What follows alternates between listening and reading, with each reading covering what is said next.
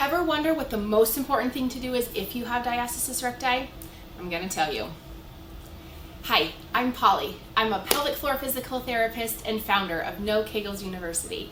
And in today's video, I want to talk to you about some of the rules, if you will, or the most important things that you should be doing if you have diastasis recti. First and foremost, I want you to remember that this is not a problem. I see this all the time, that a lot of women, especially fitness influencers, unfortunately are using a lot of fear tactics and scare tactics in their marketing to get you to buy their program. And here's what I'm going to tell you. Diastasis recti is not a problem. So that is the first thing I want you to know. But the second thing is this: not every exercise is the best exercise, despite what everyone says, for you. And the reason is because let me say this. There's so many different things that go into your body and to your recovery. Are you getting enough sleep as this other individual? Is your medical history or your birth history or your delivery story different than theirs? Is your genetics, or your collagen in your scar tissue, or how much weight you get? There's so many different things. I could go on and on and on. And so I want to give you a couple of guidelines as you are using exercises, when you're taking a look at these exercises that someone is telling you to do. So first and foremost, do not hold your breath and do not engage or try to tighten any abdominal muscle or your pelvic floor during the exercise. Now, the reason that this is one of the most important rules or guidelines I'm going to give you is because it's really misunderstood, and I'm not quite sure why, but there's a lot of talk out there that you need to do TVA breathing, where you need to engage some of your core and abdominal muscles before you do an exercise. Or you need to tighten your core and pull in your pelvic floor before you do an exercise. And my question for you: why are we doing that with the core and the pelvic floor, but we're not doing that with our glute before we do a squat? We're not doing that with our bicep before we do a bicep curl. So why are we doing that with our abdominal muscles? I don't know why, and I'm not sure who came up with that, but I am here to tell you that if you take a deep dive into the research, you're going to see that this is just not how the core muscles or abdominal muscles work. It's not how they work. And in fact, they did a deep dive in the research. There's multiple studies on this, where they found that our core muscles, depending on the activity that we're doing, sometimes they are not the first to turn on. Isn't that interesting? So if we're telling our muscles to work before they're supposed to, don't you think that we might be interfering a little bit? Have you ever heard the term helicopter mom? You are being a helicopter core engager is the best way I can think of it. You don't need to do that. Unlike our children, our core knows exactly what needs to be done, and you don't need to be the helicopter core mom. All right? So I know that this is very controversial sometimes, but the funny thing is my patients will notice that their core engages so much more and so much more noticeably after they implement my methods than trying to engage that core. They'll notice that they're able to do so much more, that their life around their home is so much easier than it was just in that first week of using some of my methods. And part of that method is not engaging that core and not holding my breath. So that's the first rule I want you to think about. When you are doing said core exercise or abdominal exercise, it really doesn't matter what we're talking about here, but if you're holding your breath or engaging that core, then you are not getting the bang for your buck out of that exercise to help get you stronger, but also you're interfering with how that core is supposed to be working. That's just how it is. The second rule I want you to follow is, if you are performing exercises on your back, I want you to imagine this. I'm sure we have all done the bicycle, right? Where we're laying on our back, our legs are straight out, and then we're moving them in and out, maybe sometimes pedaling them like we're riding a bike. Sometimes it's straight, sometimes it's the bike pedal. Either way, I want you to think about the last time you did that exercise, and if you were in a group fitness class or if you're following along on a group video, is the instructor telling you, okay, get your back flat on the floor? Do you remember that? I don't want you to have to fabricate a position and have to maintain that position. This is the second guideline I want you to remember while you're choosing and deciding which exercises are going to be the best for you, but also be the best bang for your buck and your time for you and your core strength as you're trying to recover after having this baby, no matter how long ago it's been. So I want you to put yourself back there and think, okay, I've done that before. Do you remember where they would say, okay, tip your pelvis back so you can feel your spine along the ground? Do you remember that? Here's my question for you.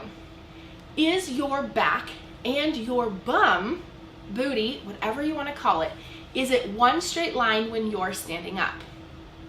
No. So for argument's sake, let's pretend that you have a very flat bum. Whether that's true or not, just run with me here.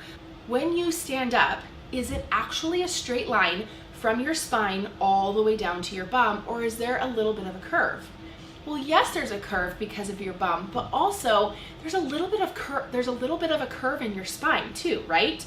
Your spine just doesn't go straight down into your bum. You might feel like it, but if you're having to tilt your pelvis back while you're on the ground, trying to maintain this flat back effect, or even sometimes I've seen people where they'll put their hands underneath their bum just to help coax that back to become even flatter against the ground. If we're not up moving around like this, which I think it's been established that we aren't, then why in the world are we strengthening those core muscles, our tummy muscles, in a position that we are like never in? I don't know. I really don't know. But that is the rule I want you to follow. If you are having to force or fabricate a position in this exercise, then chances are it is not a great exercise for you. Now, let me give you a couple bonus tips here. Oftentimes the question will come up, okay, well, what if I'm just laying there and my back doesn't touch? Okay, that's fine. That's totally fine. That's your body. That's your makeup. That's your physique. That's how it is. So another question I'll get asked is, well, if I'm doing an exercise and then I start seeing that, or start feeling that my back is arching and then going flat again and arching and then going flat again, that would be your sign that that exercise, it's too hard for what your muscles are able to do. And then the last rule or guideline I'm going to give you is that these exercises, whichever ones you're choosing to do for yourself, they need to be easy like high school. And I'm not talking, okay, well, I can do this exercise for 100 reps and I never get tired. I don't mean that. I mean something to the effect of, can you do about 20 reps and then you start to get tired? That would be appropriate. Because I think oftentimes, and I've seen this in group fitness classes that I've gone to, or when I watch fitness videos, that these women, I can tell, they are struggling to complete this exercise. The same thing would go for our bicep curl. So let's say we have 15 reps to do bicep curls, and by rep number 5, I can barely get the weight up and barely control the weight down. Would you keep going? No, you wouldn't. You'd probably either do less reps or you would choose a lesser weight, right? Make the exercise easier. But the interesting thing that I see, this theme or culture with core exercises, is we keep going even though like we're dying. We're not doing a very good job of performing that exercise. We're just hoping it goes well and we're gonna try to keep up with everybody else in the class. I want you to remember that your body is very different than my body, and what my body needs is very different than what your body needs. So I'm hopeful that you can take these rules or guidelines to help you as you are choosing the best exercises for you and your diastasis recti and your core and abdominal strengthening journey. With that, I'd like to invite you to join No Kegels University Sorority. It's a free group where I do trainings and I do challenges and I offer pelvic floor exercise ideas and core strengthening ideas, and it's free to you, and I would love you to come join. The last thing I would like to invite you to is to go take a look at my program, Diastasis Recti 101.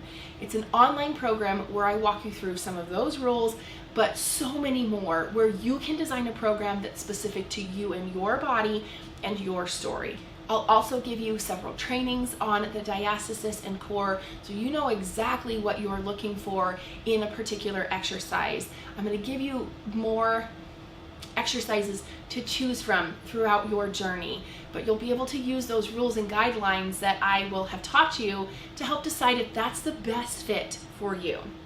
If you've been around for any length of time, you know that I don't think that there is a one-size-fits-all program. And that's why this program, you get to decide, using some of these rules and guidelines, what is going to be the best thing for you. And my most favorite part of this program is I'm giving you one of the formulas that I use to create all the core exercises and abdominal strengthening exercises that I use in the clinic and that I use with my coaching clients. And with that, the sky is the limit, where you can take this information and really run with it.